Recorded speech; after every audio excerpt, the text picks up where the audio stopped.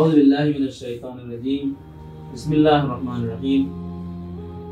سفر بصیرت کے فرسٹ پارٹ میں آپ نے ملاحظہ فرمایا کہ نادر شاہ مولا علی کے روضے پر جاتا ہے اور وہاں کے اوپر معجزات کو دیکھتا ہے اور اس سے متاثر ہو کے شیعہ ہو جاتا ہے اور آپ کی خدمت میں رکتا ہے اور امام علیہ السلام کے روضے کی تعمیرات میں بڑھ چڑھ کے حصہ لیتا ہے اور آپ کی حکومت کو جو کاشی کا تھا سونے کا بناتا ہے۔ اور پھر اب اس کے بعد یہاں سے وہ دوسرے مقامات سے ادوات عالیہ کی طرف سفر کرنا چاہتا ہے، یعنی کربلا جانا چاہتا ہے۔ میں آپ کو بتا دوں یہاں کے اوپر کہ نادر شاہ نے سب سے پہلے مولا علی کے روضے پر گنبد پہ سونا لگوایا اور الحمدللہ آج تمام روضوں میں سب سے زیادہ سونا ہمارے مولا علی کے روضے پر لگا ہوا ہے۔ نادر شاہ نجف سے اب کربلا کی طرف سفر کرتا ہے۔ اس سفر بصیرت کا یہ دوسرا حصہ ہے۔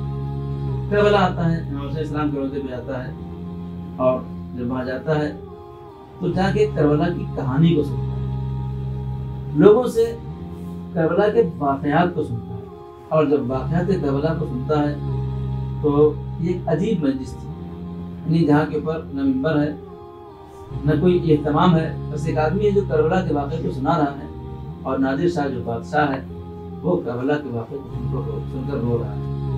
کربلا کے واقعات میں کربلا کا واقعہ ہو جائے اور جناب عباس علیہ السلام کا ذکر نہ ہے، یہ ناممکن ہے۔ جناب عباس کی باوفائی، ان کی فداکاری اور ایثار و قربانی کی جب بات آئی تو نادر شاہ نے پوچھا کہ بھائی ان کا روضہ کہاں ہے، ان کی قبر کہاں ہے؟ تو لوگوں نے بتایا کہ تھوڑی سی فاصلے کے اوپر جناب عباس علیہ السلام کا روضہ ہے۔ اس نے کربلا کے واقعات سنے اور جناب عباس کی ایثار و قربانی کے قصے کو سنے تو آپ کی زیارت کے مشتاق ہوا، اپنے احباب کے ساتھ اصحاب کے ساتھ جناب عباس کے روضے کی طرف گیا۔ جب وہاں پہنچا تو دیکھا کہ جناب عباس کے روضے کے اوپر بھی وہی حسن، وہی شان و شوکت ہے جو امام حسین السلام کے روضے پر۔ تو اس نے پوچھا کہ ان کے قبر کو یہاں کیوں بنایا گیا، ان کو یہاں کیوں دفن کیا گیا، امام حسین کے ساتھ کیوں دفن نہیں کیا گیا؟ تو لوگوں نے بتایا کہ جناب عباس نے وصیت کی تھی کہ ہمیں خیمہ گاہ میں نہ لے جائیے گا، اور امام حسین نے پوچھا تھا کہ آپ کو کیوں لے کر نہ جائیں خیمے میں؟ جناب عباس نے جواب دیا تھا کہ ہم آپ کی بیٹی سکینہ سے شرم کرتے ہیں کہ ہم نے ان سے پانی کا وعدہ کیا تھا لیکن ہم پانی نہیں لا سکتے۔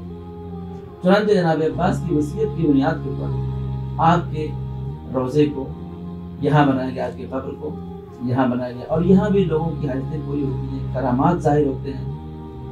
لیکن وہ ان باتوں سے مطمئن نہیں ہوا، ابھی یہی باتیں سے چل رہی تھی کہ اتنے میں ایک ہمہمہ سا ہوا، ایک ہنگامہ سا ہوا۔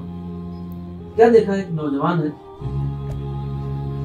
جو حیران و پریشان آ رہا ہے اور آ کے اپنے محلی لہجے میں یا خود زینب، اے زینب کے بھائی میری مدد کیجیے۔ تو نادر شاہ کہتا ہے کیا ہو، بلا اس کو بلا کے لایا گیا تو پوچھتا واقعہ کیا بات ہے؟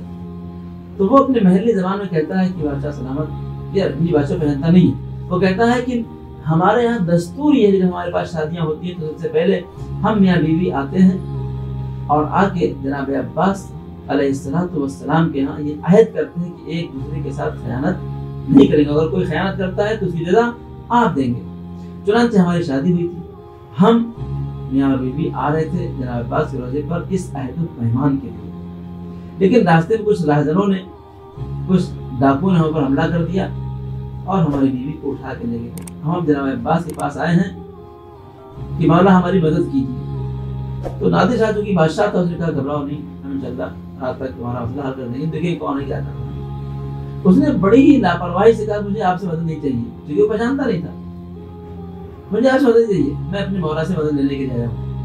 یہ کہہ کے پھر جناب عباس طرف مخاطب ہوا روضے کی طرف اور اس نے اپنی حاجت کو بیان کیا۔ یہ بات نادر شاہ کو بڑی گراں گزری کہ وہ بادشاہ ہوتے ہوئے وہ اس کی بات کو اوائڈ کر رہا ہے۔ ابھی یہی سب باتیں چل رہی تھی کہ اتنے میں اس کی آواز بلند ہوئی، آقا ہم آپ کے پاس آ رہے ہیں، آپ کو جناب زینب سلام اللہ علیہ کا واسطہ ہے کہ ہماری مدد کیجیے، ہماری بیوی کو لوگ اٹھا کے لے گئے۔ کہتے ہیں ابھی وہ دعا ہی کر رہا تھا، اتنے میں ایک ہنگامہ پھر بلند ہوا اور ایک عورت کے زور زور سے چیخنے کی آواز آئی اور وہ زور زور سے کہہ رہی تھی یا حضرت عباس آپ کا بہت شکریہ، اے زینب کے بھائی آپ کا بہت احسان ہے۔ اب نادر شاہ متوجہ ہوا کہ ایک عورت ہے جو تازہ روح جیسی ہے، دلہن ہے۔ ان دونوں کو پھر بلایا گیا تو نادر شاہ نے پوچھا کہ قصہ کیا ہے؟ تو وہ عورت، وہ دلہن بتانے لگی کہ جب ہم لوگ آ رہے تھے اپنے گاؤں سے جناب عباس کے روضے کی طرف، تو راستے میں ہمارے اوپر راہزنوں نے حملہ کر دیا اور مجھے لے کے بھاگنے لگے، جانے لگے، اور میں بہت حیران پریشان ہوئی۔ تو میں نے جناب عباس کو جناب زینب سلام اللہ علیہ کا واسطہ دیا، یا حضرت عباس آپ کو آپ کی بہن کا واسطہ ہے، میری مدد کیجیے۔ اور پھر میں نے دیکھا کہ ایک گھوڑ سوار ہے جو کربلا کی طرف سے آ رہا ہے، اور اس نے آ کے ان راہزنوں کو ڈانٹا، لیکن کسی پہ کوئی اثر نہیں ہوا، بلکہ الٹ کے ان لوگوں نے اس راہزن پہ حملہ، اس گھوڑ سوار پہ حملہ کر دیا۔ جب حملہ کیا تو اس گھوڑ سوار نے ان کا مقابلہ کیا، انہیں تہ تیغ کیا اور میری جان بچائی اور مجھے یہاں تک لا کے پہنچایا۔ یہ ہمارے جناب عباس کی مدد تھی جو ہم کو یہاں تک پہنچی۔ جب نادر شاہ نے اس قصے کو سنا اور اپنی آنکھوں سے اس ماجرے کو دیکھا تو بہت متاثر ہوا، اور جناب عباس کی قدر منزلت اس کے دل میں بہت اجاگر ہو گئی، اور اس نے حکم دیا کہ جناب عباس کے روضے کی توسیع کیا جائے، مسجد بنوائی جائے، صحن بنوایا جائے، اور ان کے گنبد کو بھی اور ان کے روضے کو بھی سونا لگایا جائے۔ بعض روایتوں میں لکھا ہے کہ اس نے رات میں خواب میں دیکھا کوئی شخص آیا ہے جو غالباً جناب عباس ہیں، اور وہ کہتے ہیں کہ میرے روضے کو میرے آقا امام حسین کے جیسا نہیں بناؤ، آقا کے اور میرے روضے کے اندر فرق ہونا ضروری ہے۔ اسی لیے آپ جب جائیں گے تو ملاحظہ کریں گے کہ جناب عباس کے روضے کی جو میناریں ہیں وہ سونے کی نہیں ہیں۔ اس طرح نادر شاہ افشار مسلمان ہوتا ہے، شیعہ ہوتا ہے، جناب عباس اور حسین کا گرویدہ ہوتا ہے، اور آج تک اس کے آثار کربلا میں، نجف میں موجود ہیں۔ خدا دعائے پالنے والے ہم سب کے دلوں میں اہل بیت کی محبت کو روشن سے روشن تر فرما، ہمارا خاتمہ اہل بیت میں قرار دے۔ ربنا تقبل منا انک انت السمیع العلیم۔ السلام علیکم ورحمۃ اللہ وبرکاتہ۔